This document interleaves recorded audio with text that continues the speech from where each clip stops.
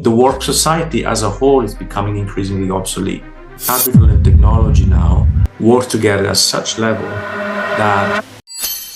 On the 13th of February this year, we had the Office for National Statistics, ONS, publish their figures of the final quarter of 2024, showing 0.1% growth in the UK economy.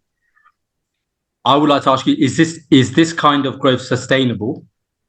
Or better, can it serve as a basis for improvement of growth, and perhaps match China's 5% growth ambition for 2025? It's almost like a rhetorical question, right? I mean, that's the way I understand it. No, I don't think it can. I mean, we've passed that point now, I think, for a while. It's kind of nostalgic to think that we can go back to an economy that relies only on what we call growth, the growth of the real economy. That's something that belongs to a different era almost. We're not going to achieve levels of growth that are sufficient to reproduce our societies without adding, as it were, from the financial sector, right? I think we're seeing today, in fact, in Europe, not only in the UK, but in Europe more generally, an attempt to create out of a crisis that in many ways it's manipulated, to create more credit, essentially, to be thrown at particularly the financial sector, but the economy as a whole. So what I'm trying to say is that I think it's about time that we started thinking about our economy as no longer driven by real growth, but actually an economy driven by what we can call financial growth, or growth that comes from a financial sector where human labor is increasingly unnecessary, because, as we know, financial growth is essentially speculative.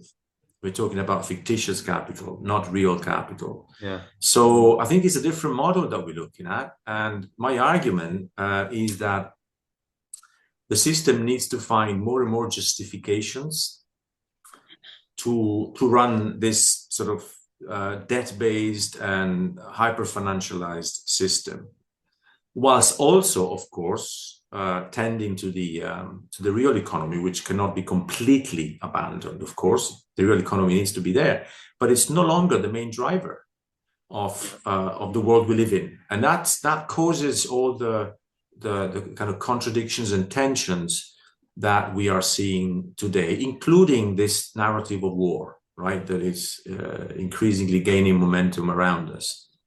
So yes, that's my argument, that obviously the 0.1% growth is not it's not something that is sustainable, that can sustain economic growth or the prosperity of our society. In no way it can. This is a debt-based system that needs to create more and more credit out of nowhere, out of economic nothingness, if we can put it like that. Maybe that's clearer, to help these societies reproduce themselves. So we in the West are, I think, going to be the first to experience this kind of contradiction that is essentially linked to a system driven by financialization. So just to pick up on that, on the debt that you were talking about. So as you may know, there was almost like a small debt crisis looming for the UK last month. Yes. With the interest payments on the bond markets and bonds. What would you say that was diverted? Although it was a pressing concern, it didn't loom as a crisis per se. What would you say? I mean, what would you say to that? Because it was diverted, and the Chancellor did have some kind of respite from good news coming from that. I think we are in this kind of crisis management scenario, and that will continue forever. When we see the bond yields rise so sharply and so quickly, then it's normally a sign that those who are buying or investing in those bonds are actually leaving the bond market. It's a sign that they are taking the door, quite literally, and selling bonds rather than buying them. So it's a sign that the debt itself, or the debt bubble, is less and less sustainable, right? And it's a danger. It's obviously it's a sign of danger for the debt market, and therefore for the rest of the economy, because as we know, it's the whole economy is debt based, including the financial sector, the speculative sector. So if the debt market implodes, we would see very huge repercussions in the stock market, and also in the economy as a whole. So if you're looking for the epicenter of our economic model, really you should look at the debt market. That's the driver of everything else, including the stock market, right? So when we see trouble in the debt market, we should immediately realize that it would affect the rest of our economy and society unless something gets done. And by that I mean unless more money is printed by central banks to buy those unloved securities, debt securities, whether it's US treasuries or whether it's gilts or whether it's European bonds, etc., right? You need a central bank that buys those securities, and therefore by doing that injects money into the system to keep it liquid. And we're seeing that now, we've seen it in the UK. UK has been quite central, the potential crisis of the debt market, in the gilt market in the UK has been quite central, but we're seeing it in Europe now as well, with these bonds that are linked to rearmament of Europe to confront the Putin menace. And obviously, the U.S. central bank, the Federal Reserve, has been, as we know, very active in buying treasuries, so the U.S. bonds, U.S. debt, in order to support the system. It's ultimately, if you look at it from this angle, a very manipulated system, financial system. It relies very much on the activation of these central banks that purchase the debt, essentially, to keep that debt viable. That's basically what the system is based on. So I mean, just to pick up on that point again. So there is an argument, and often an argument peddled by the left, usually to say that now we are in a state of crisis, that there are going to be, for example, global challenges that cannot really be met on a national level. So it will require, for example, even the more recent rearmament of Europe, with the US leaving Europe by the side. In these kinds of instances, wouldn't it be necessary? I mean, wouldn't necessarily be, I know you call it almost like as a manipulation, but wouldn't it not be necessary to be able to gather those funds in as quick a time as possible? And what do you see the dangers of that, as opposed to, for example, not doing that, almost in a point where they have no choice but to do that? Yes, I'm not saying that there is another choice. That's the problem. I mean, right. I don't think there is another way of prolonging this system. The problem is that the contradiction will become bigger and bigger, right? And the obvious one is inflation, the devaluation of money. Because the more you throw money at the system, essentially, by buying the debt, and remember that this money is created out of economic nothingness. I repeat that. It's not money that comes from the real economy. It doesn't come from tax. It doesn't come from revenues. It doesn't come from real profits. It comes quite literally, it's literally digitized on computer screens and then passed on to the banks or the system that needs it. So it's inflationary money, essentially, right? And the moment that money is converted into real demand, right, from real people, then immediately will create an inflationary situation of sorts, whether it's some kind of devaluation of money. Money will continue to devalue, and we are seeing that. We've seen an acceleration of that devaluation in recent years. So long as it remains trapped in the financial sector, it doesn't necessarily create inflation. The moment it's turned into real demand, down in the real economy, the retail economy, then it immediately creates conditions for inflation to tick higher. And it's, as you say, it's a forced choice to an extent if we follow the categories of this system. As long as we continue to abide by the categories of this capitalist system, it kind of becomes a forced choice. But at the same time, it's a choice that is proving to be self-destructive for the majority of the people.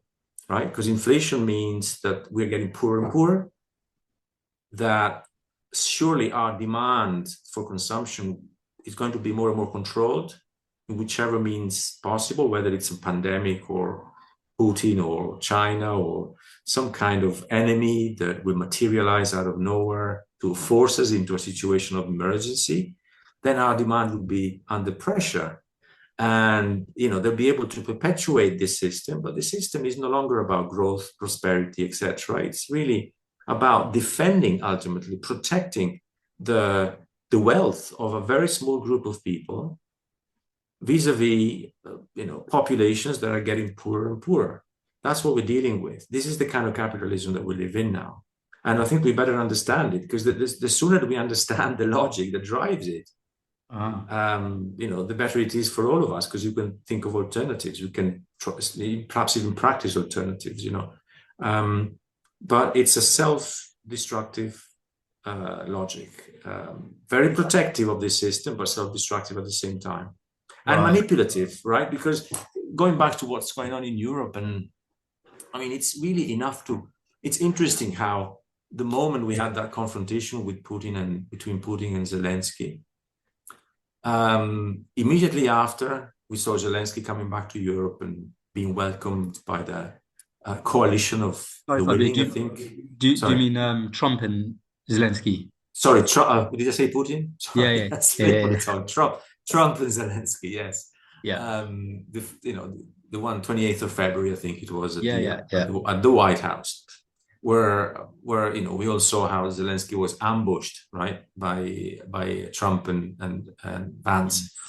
But the interesting thing to understand what went on there is to understand the aftermath of that, because the day after, Zelensky was in Europe, and Europe was creating the condition, pushing for this rearmament narrative, right? Because on the basis of this kind of moral pressure to defend, to be on the side of Ukraine, and again to face the potential invasion from Russia, all of a sudden there was this very well coordinated argument for more debt to be made.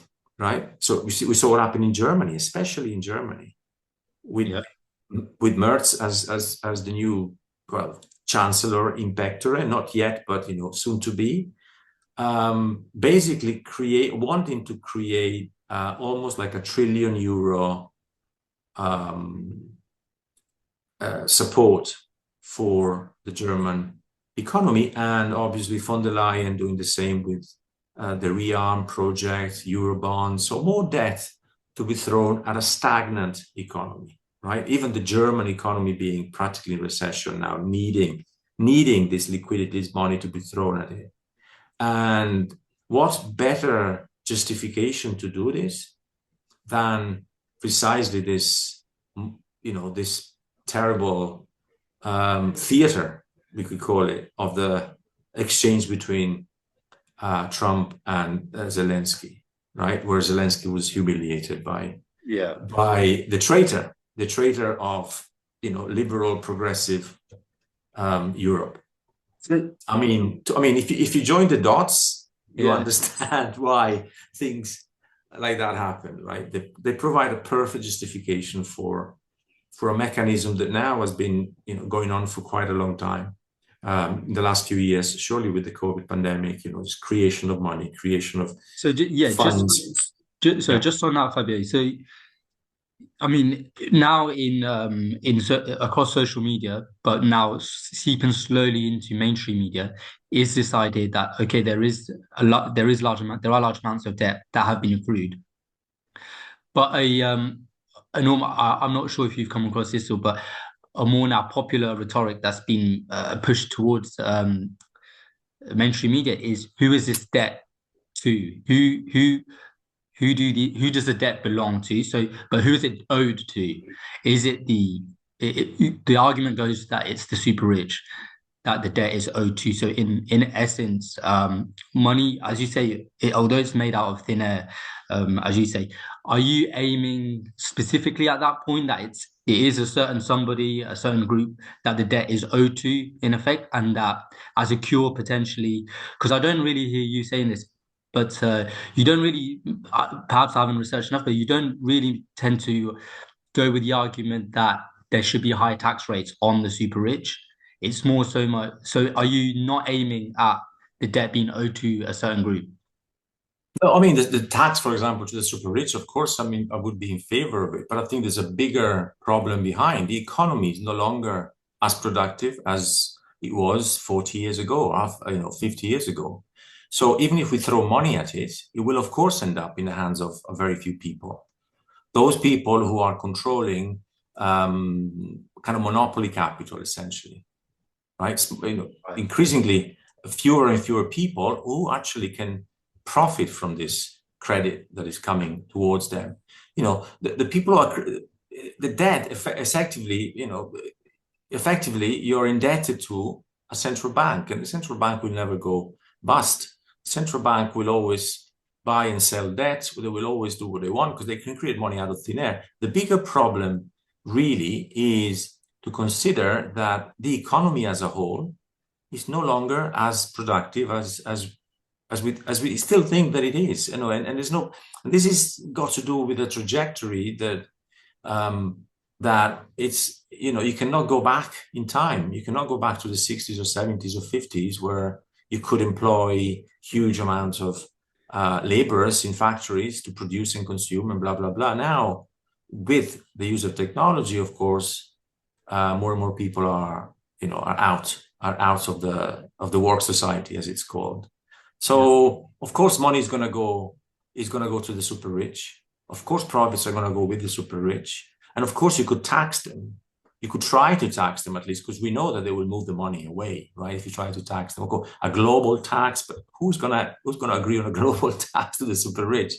Money will find a way to hide itself from taxation, first of all.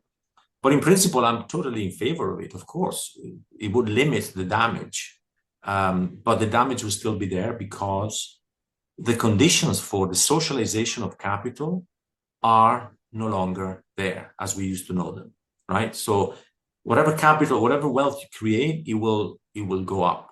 It will move towards those who are closer to the money printer. Just touch up on that point. Although you say that money could obviously go elsewhere. However, isn't it the case usually that the super rich have that that amount of money tied up in assets, which tend to be could be very large estates. So in effect, if they did have to pay that tax, they'd have to sell those assets back to the government. That could, limit government debt. Could limit, government wealth. Sorry, the loss of government wealth. So within that, and then could it not be almost reset back to perhaps more government? Less government.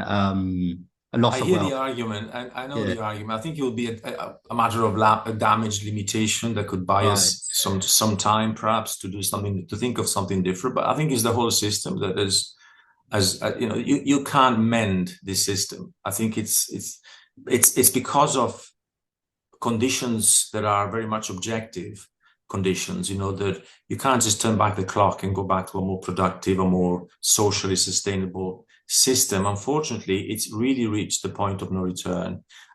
This hyper financialization of the system with money moving up, it's a kind of escape route that the system took a while ago, 40 years ago, with neoliberalism, etc. With the neoliberal revolution. This is about as an answer to a crisis, to an internal crisis of value production that the capitalist system already sort of run up against in the 1970s.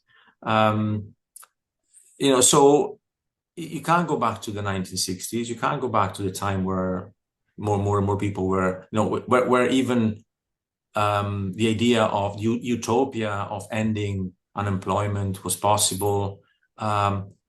Today, it's because of the laws of competition of capitalism. Inevitably, we end up with this situation where fictitious capital essentially is supporting societies in very contradictory ways, of course. I'm not defending this. I'm doing the opposite. I'm saying that it's an unsustainable condition to live under for a lot of people, for more and more people. And I'm saying that we need more radical solutions, more radical solutions than just redistribution of wealth, which is still it would still be welcome, of course, but I fear it won't be enough. It wouldn't be enough. Yeah, no, that's the impression I was getting from your work in general, as opposed to just a redistribution of wealth. It seems more that there is a lack of faith left in the actual work. So it's no longer, it's not even faith, it's literally the material conditions of capitalist reproduction today don't allow that sort of redistribution, right? And that's from the, if you think about technological innovation, the way it's impacted productivity, that alone is enough to tell you that the system by itself is no longer able to reproduce. It's a society in which it needs, as it were, help, support from kind of the virtual dimension of capitalism, the financial dimension of capitalism, which is based on credit creation. And it's not a new phenomenon. It's a phenomenon that we could argue started perhaps even 100 years ago, even a century ago. The real economy had to be increasingly supported by financial means, but now it's exploded, right? And it's pretty obvious, if somebody wants to understand, it's pretty obvious that we rely on increasingly. I mean, I think COVID really made it so obvious. And now this Russia crisis is increasingly making it obvious again. We rely on the capacity of the system to manage the creation of amounts of money that are thrown onto the system from an external position. It's not money that sort of emerges organically from the work society. It's created externally. And that has, as I said, carries massive contradictions. Yes, no, that's much more understandable actually. So yeah, the point being is there is still value created, but not in the sense of what we had before through direct. That's right. It cannot support the reproduction of society any longer. It needs always these external, injections of credit, and these injections of credit are becoming more and more urgent.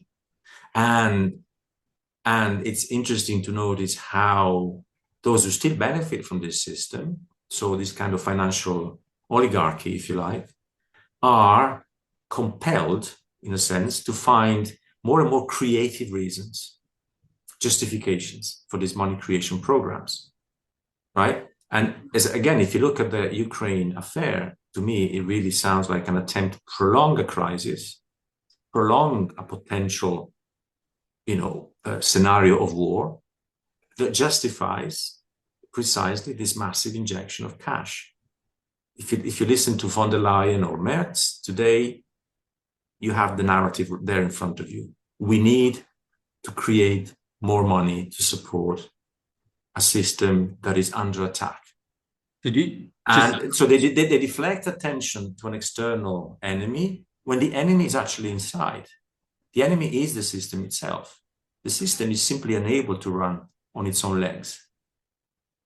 So do you think that is being executed unknowingly, or perhaps unknowingly?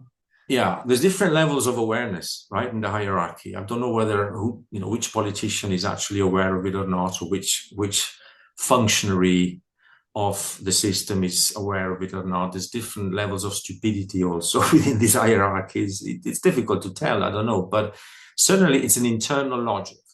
I see it very much as an internal dynamic, a kind of objective logic. The system reproduces itself through this inertia almost, right? It's a kind of inertial movement that clearly goes in this direction and ends up flirting with very dangerous situations, incidentally, right? Because this warfare scenario that everybody in Europe, for example, now is talking about could suddenly become real, right? Whether by accident or because it's really needed. Or because it just happens. So it's not just a game. It's not just a war game that we're playing. This war game could suddenly become real. And again, in order to create conditions that support the current system in its hierarchy. So if I'm not mistaken, so are you aiming at the idea that perhaps the for example, let's say the Russia Ukraine crisis isn't necessarily, you don't perhaps buy the idea that Russia poses a serious threat to a territorial threat to Europe, or more so that it's just a consequence of the logic of the credit debt system we're in now. Is that what you're aiming? I think the way the European functionaries are speaking now suggests that they rely very much on the enemy, on Putin as an enemy, on the figure of the external enemy that they need in order to say now Europe has to regroup. By regroup, they mean exactly what I've just been talking about, creating 1 trillion in Eurobonds, or I don't know. Merz in Germany is doing exactly that. He's using the threat in order to justify the creation of an inordinate amount of money. That incidentally, Germany is the same country that wanted austerity for Europe, right? It's wanted austerity for 20 years. The same country that, in the name of the Pact of Stability for Europe, growth and stability, has destroyed Greece, as we know. Now, all of a sudden, they're saying, oh no, we need a more expansive monetary policy that allows for the creation of all this credit. Right. So to me, it's very much something that it's welcomed by the so-called European, the technocratic elites in Europe. So, okay, and just to move on slightly with the idea of, so I'm sure you may have heard that the UK government are increasingly now, are focused on growth. No matter how much the country grows, they are still nonetheless very steadfast in their goal of growth. And so one of the key, perhaps, policy goals is to unlock as much infrastructural growth as possible. So whether that means building a record number of homes across the country, or a third runway for Heathrow, is that still for you? By nature, that would necessarily create more jobs because of the demand in because of the jobs available, right? Needed to create such big infrastructural projects. That's going to create much more jobs. And in return, would that not create? Is there not, what I'm trying to aim at? Is there not still enough value to be had from labor? Because there is still such a high demand for housing, such a large demand for transportation in terms of how fast we can make things, how more interconnected cities can still become. When you talk about growth, I understand normally something that comes from productive labor. Yeah. So labor that is linked to the production of commodities that are then sold in the market in order to make profits, that through taxation, revenues, etc., create growth for the economy, national economy, or whatever economy you're thinking about. So when it comes to real estate, for example, we see that more and more money thrown at it, and we see creation of bubbles, right? Real estate is a classic example of building, even if there is not enough demand for all this housing, for all these offices, and so on and so forth. A lot of countries like the United States, for example, are experiencing this sort of real estate bubble at the moment. We've had it before, of course, in history, very recently. So on the one hand, yes, it employs some people, but on the other hand, I see it as a mechanism of kind of runaway financial investment, right? This is money, again, that comes from where? It doesn't necessarily come from taxation. It's money that is borrowed, right? Is this kind of deficit spending, this kind of Keynesian logic of spending money that is created again out of thin air. thrown at the economy in the hope of kickstarting the economy again and Which again and eventually again. could recoup the investment. Right. I don't think this is. I think this game is no longer viable. I think this logic is obsolete by now, precisely because of the connection, the connection between technology and capital. Capital and technology now work together at such level that less and less labor is necessary. I mean, it's just an objective logic. If you look at how factories, if you look at an Amazon factory today, you'll hardly spot, a single worker in it. It's all robots working in the factory. And most factories just work like that. If I walk into my library here at Cardiff University, 20 years ago, I used to see, I don't know, 100 people maybe employed there, 50 people, let's say. Now it's just 2 or 3 people. The rest is all automated. You take a book out, you deal with machines, not with humans anymore. Overall, the effect of it is massive. It's massive in terms of not allowing for the creation of enough value, economic value, of course, but also social value in different ways to run our society. And I think it's a mechanism that we cannot revert. We cannot turn around. We cannot revert. It's unstoppable, unfortunately, if depending what you think. But I think becoming aware that this phenomenon is unstoppable would help us to think about alternatives, real alternatives, not based on some nostalgic return to sufficient levels of value production. That's my take on it.